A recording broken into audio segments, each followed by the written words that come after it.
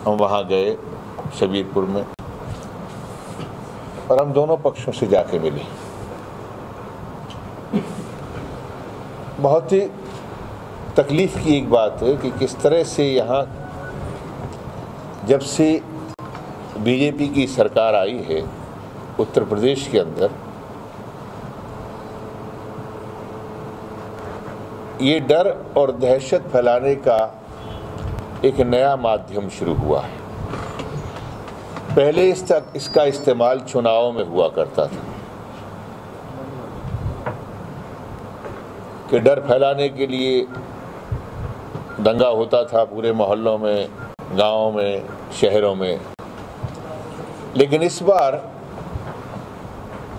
इस दंगे का रूप इन्होंने एक अजीब तरीके से लिया है कि घरों में आग लगाने का।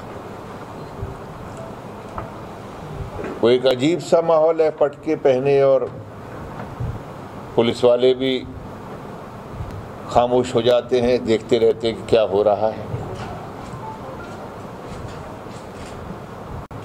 शुरुआत भी यही करते हैं। शुरुआत भी करने के बाद में हम उस गांव में गए। गांव के लोगों ने कहा कि साहब यहाँ के लोकल लोग तो बहुत थे ही नहीं, सिर्फ इक्का दुक्का दिखाई दे रहे थे, लोग बाहर से आए थे। दोनों पक्षों की महिलाएं, उनका मानना ये था कि हमें यहीं रहना है, हमें शांति से रहना चाहते हैं। लेकिन जो शासन की इस वक्त जो एक तरीका है यहाँ पर सत्ता में आने के बाद, वो ये है कि किस तरह से समाज के अंदर भय पैदा किया जाए। पहले रिलीजन के नाम पे होता था, धर्म और मजहब के नाम पर, अब कास्ट पर होना शुरू हो गया है, जात बिरादरियों पर होना शुरू हो गया है। अभी हाल ही में मैं आए तो सुबह पता लगा कि संभल में भी ये घटना ऐसी ही कुछ हुई। कांड होता है, मैं कहता हूँ गुनहगारों को सजा दो, सख्त से सख्त। कमजोर पड़ रही है। क्यों ये पटके देख के पुलिस जो है ठंडी हो रही है? ऐसे कौन से ये पटके हैं जिसकी वजह से पुलिस जो है कुछ कार्रवाई नहीं कर पाती? ये गंभीर है, ये सोचने की बात है। ये ना तो हिंदू मुसलमान की है, ना ये किसी पार्टी की बात है, बल्कि दहशत जब फैल गई समाज के अंदर, उसमें सभी लोगों का नुकसान होता है। अब आप कहेंगे कि साहब उन्होंने ऐसा किया, इसने वैसा किया। उत्तेजना की शुरुआत किसने की? मैं तो जानकारी लेता हुआ आ रहा था सीक्वेंस वाइज कैसे हुआ। यहाँ पर बीजेपी के एक बहुत बड़े नेता ने शुरुआत करवाई, क्योंकि उनके परिवार में से कोई चुनाव लड़ना चाहता था। शुरुआत होती है चिंगारी से, फिर वो मुकाबले तक बात चली जाती है।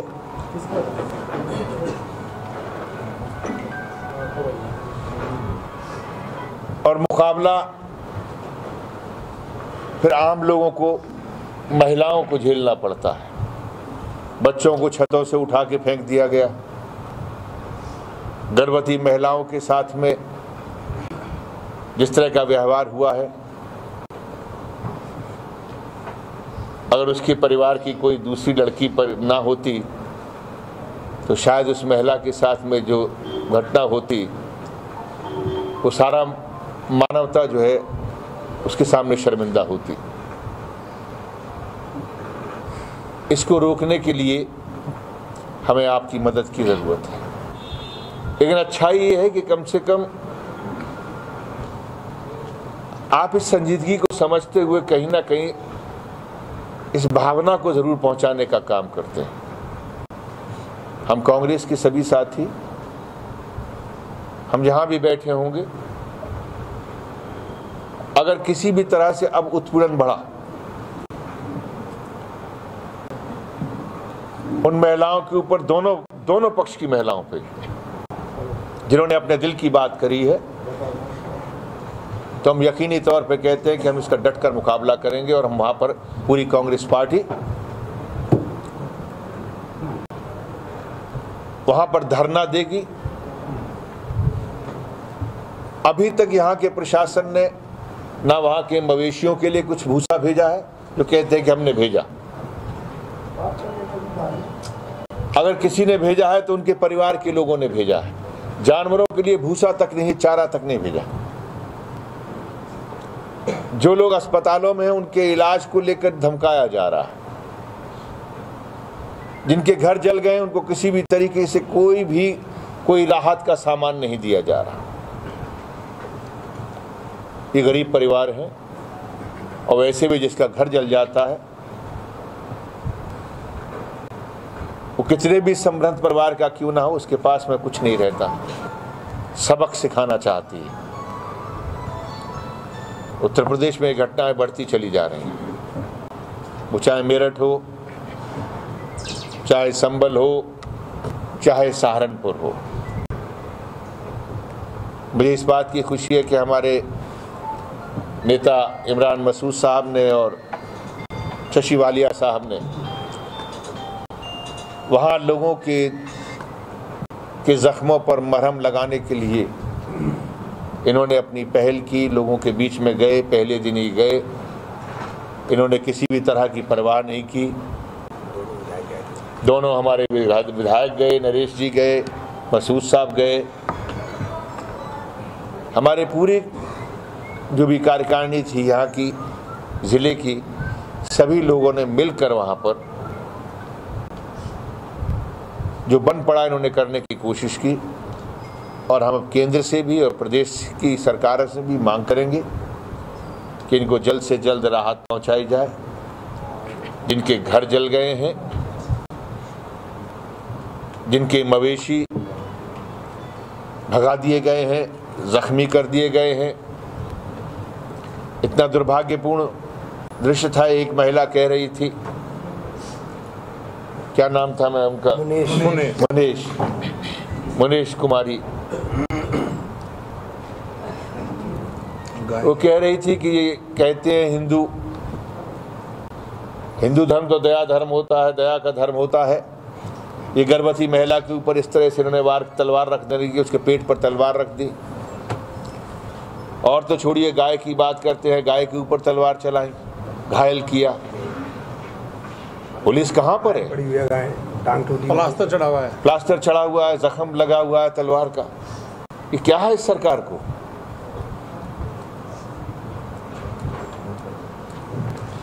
ये सिर्फ नारों की राजनीति करते हैं और इसका मुकाबला समाज को मिलकर करना होगा। क्योंकि ये जो एक आतंक है, सोशल मीडिया और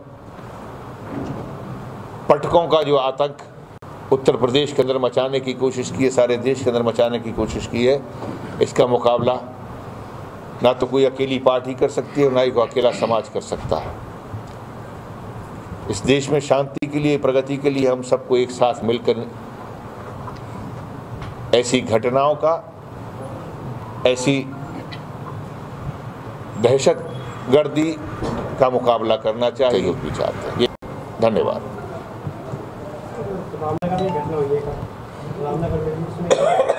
मैं तो आपसे कहा कि ये घटनाएं लगातार बढ़ती चली जा रही हैं। पुलिस प्रशासन इसमें कुछ नहीं कर रहा था। डीजीपी भी आए थे, मुख्य सचिव भी आए थे, उन्होंने दावा किया था कि दूसरी घटना के बाद ऐसा कुछ नहीं, अभी भी तीसरी घटना हुई है। मुझे बहुत अफसोस के साथ में कहना पड़ रहा है कि डीजीपी भी जो आए थे और यहाँ पर जो भी अधिकारी उनके कौन से थे, मुख्य सचिव जो आए थे, वो यहाँ पर इसी सर्किट हाउस में बैठ कर आपके साथ प्रेस से बात करके चले गए। वो रिपोर्ट तो लखनऊ में ही मिल गई थी उनको, फिर यहाँ आने की क्या ज़रूरत थी? वर्दी पहन के तस्वीर खिंचाने की कोई ज़रूरत नहीं थी उनको। वो घटनास्थल पर जाते, हम लोग गए, हमने इंतज़ार किया, क्योंकि हम यहाँ पे किसी तरह की बदअमनी नहीं चाहते थे। जैसे ही परमिशन मिली, रोज़ाना परमिशन हमारे साथ ही मांग रहे थे, जैसे ही परमिशन मिली हम लोग आए। इस सरकार के प्रशासन की, शासन की नीयत सही नहीं है, ये साफ नजर आ रहा है और ये चिंता का विषय है। योगी सरकार जब बड़े-बड़े वादे करते हैं कानूनी व्यवस्था को बात करने की, शुरू करने की, तो उसमें यहाँ पे मीडिया पे भी हमले हुए हैं परसों वाली घटना में, रामनगर वाली में, और पुलिस भी धुंधवाके भागी है। उसमें क्या? मैं तो यही कह रहा हूँ आपसे कि मुकाबले में सभी लोग मारे जा रहे हैं। कोई ये सोचे कि सिर्फ एक समाज का, एक जात का, एक बिरादरी का है। मीडिया के लोगों के साथ भी हमले हुए हैं। इस हमले के कारण क्या हो सकते हैं?